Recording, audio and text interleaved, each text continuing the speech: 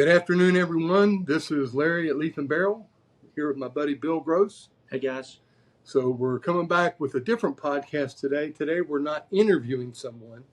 Today we're going to talk about a topic. Bill, what's that topic today? Larry, I believe today that we will be talking about cigar lounge etiquette. Cigar lounge etiquette. That's cool. Before we do that, though, Bill, what are you smoking today? I have a Leaf by Oscar Sumatra with the Sumatra wrapper. And the interesting thing about the Leaf by Oscar is it actually comes wrapped in a tobacco leaf. As opposed to cellophane.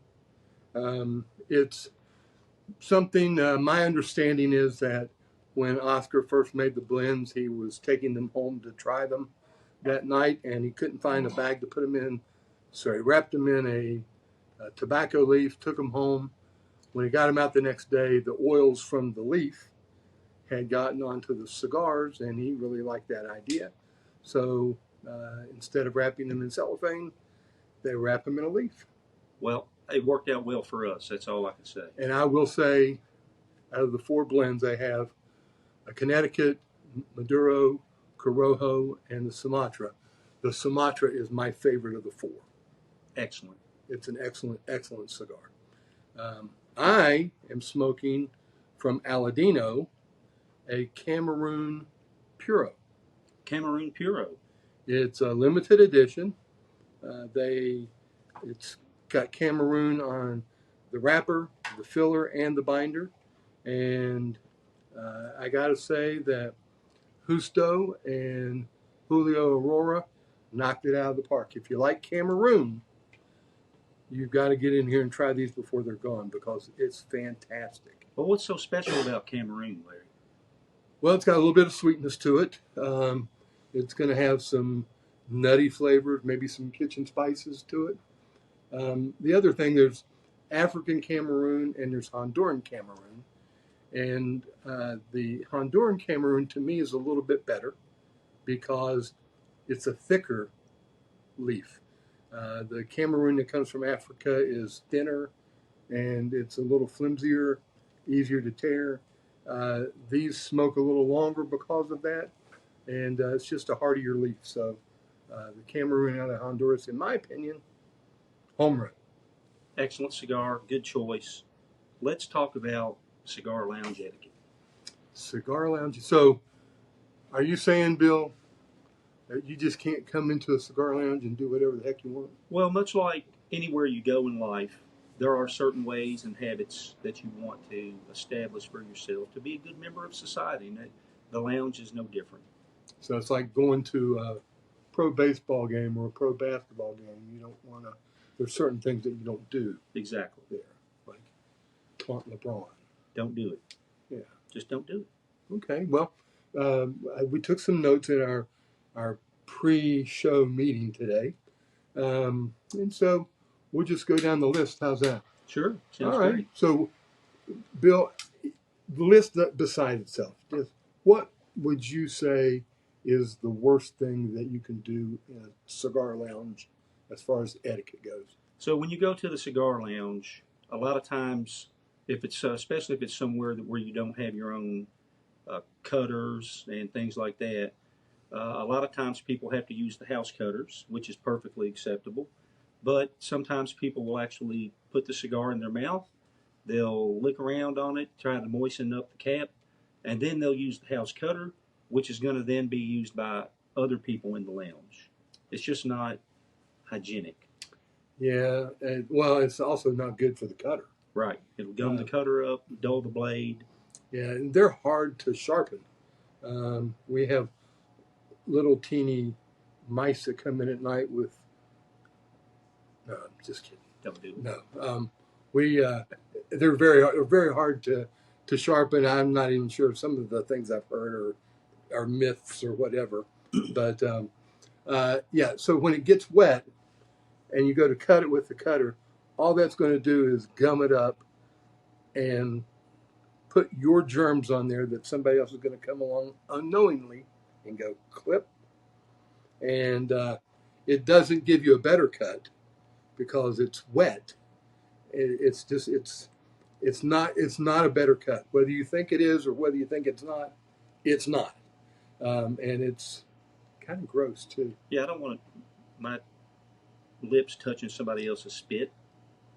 No, no. Well, not at the lounge anyway. Well, yeah. I don't use my wife's toothbrush. Do you use my wife's toothbrush? No. Okay. All right, let's talk about another one. All right. Sometimes when I'm in the humidor, and I'll admit I did this. I probably was guilty of this when I first started my cigar journey. People will go into the humidor, they'll pick up a cigar and they'll stick it right to their nose. Ooh. And which, if it has cellophane, maybe it's not the end of the world. But if you get a cigar that doesn't have cellophane, that's just a raw wrapper, and you don't want to be handling somebody else's nose issues. Yeah. I guess cigar boogers would be the right term to use. Um, Nobody wants your boogers on their cigars. Definitely not. Um, if you want to smell the cigar, at least keep it a little ways away from your nose. Don't let it touch your nose.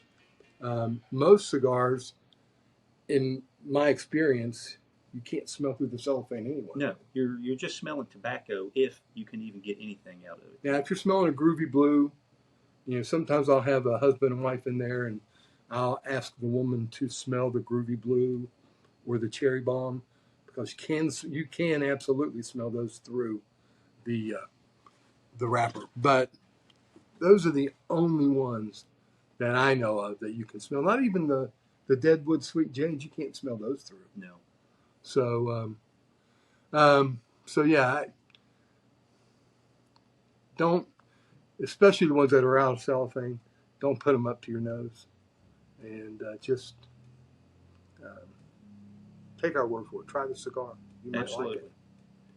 I'll tell you another thing that I see, Larry. A lot of times you'll have folks come into the lounge, and when they're ready to go, they will take their cigar and they'll stamp it out like a cigarette. And this is not a great thing to do in the lounge. It's not. Makes things stink because you're pushing the fire up into the cigar. You make the cigar hot, burn hot, and it just causes it to. I can't think of the name I'm looking for, but when it burns hot, it's not a good thing. It's gonna sit there in the ashtray and it's gonna smolder, and it'll do it for a very long time. And if you just leave the cigar in the bowl, it will go out on its own. They say let it die with dignity. Let it die with dignity. That's exactly right. And when you do that, be sure, I've got an ashtray here from Drew Estate, but put it actually in the bowl. Don't leave it here, because usually it's going to be a small piece of a cigar, and somebody's got to come along and dump it. And even though a lot of times it's me, sometimes it's even Bill. Some of the guys in the lounge, they go around and clean up after other people. But nobody wants to grab the end of the cigar that's been in somebody else's mouth and throw it away. So just push it in the bowl. It makes it easy. When we come around and empty the ashtrays into a bucket, it makes it easy to do it that way. So, Yep. Now, Bill, one of the things that it's not, I don't know if it's bad etiquette, but along the lines of the cutter, somebody will pick up a lighter and they'll go to light their cigar, and it's out of fuel. And so what they do then is they throw it back on the table and grab another one. What would be helpful, you know where I'm going with this? Yes, sir. Where am I going? Well, you can obviously ask someone to refill the lighter for you. There's always people here that know where the gas is, and that's the right way to handle it. And that is being a good citizen. And the next person that comes along won't have to do that. Right. A lot of times, if somebody's over there struggling, I'll hear it, and I'll grab another lighter and take it over to them, and I'll get that one and fill it up. But if you just holler and say, "Hey, Larry, this lighter's out of fuel, I'll come over and fill it up, or Bill will, or somebody else will. Yeah, and like I say, usually there's a can on a table somewhere. You just grab it and fill the lighter up. Yeah, Boom. yeah. One other thing, Larry, that I thought I would bring up as a friend of the shop. I see folks come in sometimes and they bring their own inventory. Now, this is a business. You guys are here to make money, right? Yes, quite simply, yes. Um, it's And I understand people coming in wanting, oh, I've got this special cigar that I've been wanting to smoke, and I understand that. Uh, the electricity in here costs money. We've got a ventilation system that costs money. The comfortable chairs that you sit in, all that costs money. And we just need you to support the humidor by buying something. It just helps us uh, to pay the overhead. And so if you want to keep this around and you like your brick and mortar, whether it's Leaf and Barrel or it's some other one in some other state, if you want to keep your store around, your lounge around, support them. Don't just take in your cigars. Uh, just go in and buy something. Buy a couple cigars. It's not going to hurt you. You're going to buy them anyway at some place or time, right? Exactly. And that brings up another point. When you talk about bringing in your own, I had somebody the other night, first time in the lounge, they pulled out cigarettes. Mm. And I have been saying for years, as long as I've been around Luck and Cigars, that a cigarette goes through a cigar lounge like a fart in a choir. Absolutely does. Um, Matter of fact, it can even ruin your cigar experience. yes. And I didn't even realize they had started smoking a cigarette until somebody came up to me and said, "Do you know somebody's over there smoking a cigarette?" I said, "No." And he said, "As soon as I walked in the door, I could smell it." Mm. And he said, "I've heard you say it for a long time, but I'd never believed you, but I do now." And of course, it was just a quick conversation. Explained it to them. They were fine with it. It was a couple ladies. One of them even said, "Well, I'm gonna go buy another cigar then." So, if you gotta smoke a cigarette, just step outside. And if you, There's a nice bench out there. There's even an ashtray. yes, but preferably go in and buy a cigar. I'll help you find one. Absolutely. So, Larry, one of the things that I've really enjoyed about getting into cigars is the learning about the cigars and the intricacy. Every single premium cigar is handmade by very nice people somewhere in South America, typically. And but like any hobby, the more you learn, you will find people that seem to know it all. Yeah, yeah. I wish I knew it all. Um, Even our master blenders that we've talked about, talked to, and interviewed on here would tell you that they certainly don't know everything. Um, but when you go into a lounge, uh, it's best that you not let everybody know that you know everything. Is that Well, What do you think? personally, I call them cigar snobs. So this Yeah. is going to be somebody that is going to talk nonstop about the blends, which is for informational purposes. Sometimes that's fine, but some people will actually make you feel bad, like you're smoking a cigar that's not to their level. You're driving a Pinto versus a Ferrari. I used to have a Pinto wagon, black and gray, and my girlfriend at the time, her dad called it a hearse, and so we called it the hearse, and but it was no air conditioning. Anyway, uh, I'm just saying I don't mind a Pinto, Understood. but I have cigars in here from uh, $6, $7 up to 30s and 40s sometimes. Yes. And one of the reasons that we started Leaf and Barrel was because cigars offer a great opportunity to build community. And you may be sitting in a cigar lounge and be worth millions, or you may be sitting in a cigar lounge like Bill and be worth hundreds, or like me and worth tens. It's Can you go negative? maybe we'll have to talk to one of our millionaires about that. There you go. But the now I lost my train of thought. Well, it's so we're talking about cigar snobs. That's right, cigar snobs. It doesn't matter who you're sitting next to, and the guys in our lounge feel this way and act this way. They don't put you down if you're smoking a $5 or $6 stick. They'll even offer suggestions on what you can try next. It doesn't. It's a very equalizing,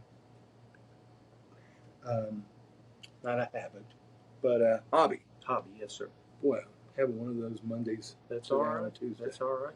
Well, it is Monday, isn't it? It is. Wow, I need to go back to bed and try this thing over again. Anyway, it doesn't matter in a cigar lounge. We don't care if you're black, white, green, yellow, purple. Everybody accepts you. It doesn't matter if you're Republican, Democrat, Libertarian, Independent, Martian. Everybody treats you the same. It's all because of this handful of tobacco leaves. And so you can come in, be a cigar snob, probably not going to get you very far. Does it show you anything? And what it does is it makes people really not even want to listen to your advice. Yeah, so just go in, smoke your cigar, and join the conversation. I think we even had something about. Let's talk about that conversational etiquette. So the thing that I've always liked about the lounge is that there's a sense of camaraderie, brotherhood. When you go through changes in your life, these are your friends. And everybody's been through different but same situations, and we lean on each other. But sometimes a topic will come up, and there's going to be people that are very aggressive and assertive with opinions that may not be for everyone. In our lounge, we've only been open about 18 months. And we've had guys going through losing their jobs. We've had people going through divorce. We've had people who've lost family members. And it's a community in here. We care about each other. And we do whatever we can to help. So when you come in, just don't take over a conversation. Is that sure? Offer your opinion. And trust me, there's guys in here that are experts on housing. Yes. Experts on horses. Experts on sports. Everybody thinks they're an expert on politics. And we've even got a few guys that are experts on cigars. And just a side thought, I had a teacher in college that used to say an expert was a little spurt that kept on shooting. That's pretty good. Yeah, feel free to use that. But so, yeah, be a part of the conversation, but don't be the main part. Yeah, engage, but don't overtake. There you go, engage. I feel like Captain Picard. Picard.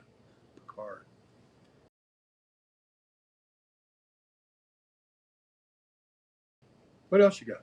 All right. One other thing, probably a good wrap up point is what about phone etiquette in the lounge? Phone etiquette in the lounge. So we'll play cards back there sometimes, or we'll be watching something in a group or having a conversation. Somebody will get a phone call. You can hit the button on top that says, "I'm not talking to you right now," if you want, or Some people will answer the phone and they'll walk into the front part where there's a little more privacy, take the call. Sometimes it's a business call. I'm not saying that guys are here working. Never, never would say that, but uh, they might have to take a business call, and they'll go off into another place where they have a little more privacy. And yeah, nobody wants to be, nobody wants to hear your half of a conversation, especially if your wife's mad at you for being somewhere. Like Spending too much money on cigars? that is, see, that's another. It's a myth that we need to talk about sometime. Another show. Another show. I don't know that's really a thing. I've heard wives say stuff like this, and part of me wants to say there's nobody needs that much negativity in their life. Exactly. Um, not that my wife has ever said that.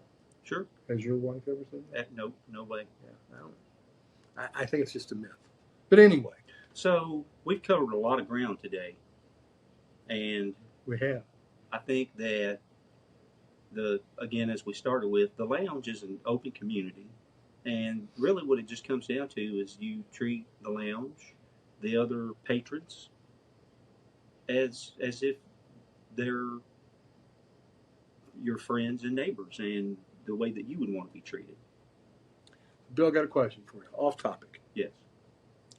What's the weirdest thing you've ever seen happen in a cigar lounge? I don't think that I want to talk about that. Really? Maybe the second weirdest. Okay, what's the second weirdest? The second weirdest. You got me on the spot. I'll go first. You go first. And then you can think about it. Okay. So I was at a lounge, and a guy he had a stun gun, and wanted to be shocked by the stun gun, but he said, "I'll do it if somebody will buy me a cigar." Well, everybody was willing to pitch in and buy him a cigar, and he wanted a certain cigar, and I hope it was a good one. yeah, it was a Caldwell. Oh, I don't want to be a snob. Oh, yeah, it was a Caldwell. I think it was a Blind Man's Bluff, so that's not too bad. Okay. That's my favorite Caldwell. I don't think I'd take a shot for it, though. I don't think I would either. But the guy was young and unlearned. And so they went out, and somebody hit him with the stun gun, but he tried to move and didn't really get stunned. And he said, that really wasn't a good shock. He said, I'm going to give you another chance since I moved. One more try. One more try. And so they got it in, stunned him pretty good. He fell on the ground, wallowing in pain, and everybody laughed and bought him a cigar. And he got a blind man's bluff out of it. I think it's what it was, but it might have been the king is dead. Who knows? The weirdest thing I've ever seen happen really is not that weird. I saw somebody one time cut the cap of their cigar with a guillotine cutter, and then they lit it backwards. They smoked it backwards. Huh. And I thought that was strange, but I have heard that people have tried that before. Along that topic, and I need to get them in now that you say that. Our friend that we interviewed, Omar from Fratello, they have a cigar called the Vice Versa. Okay.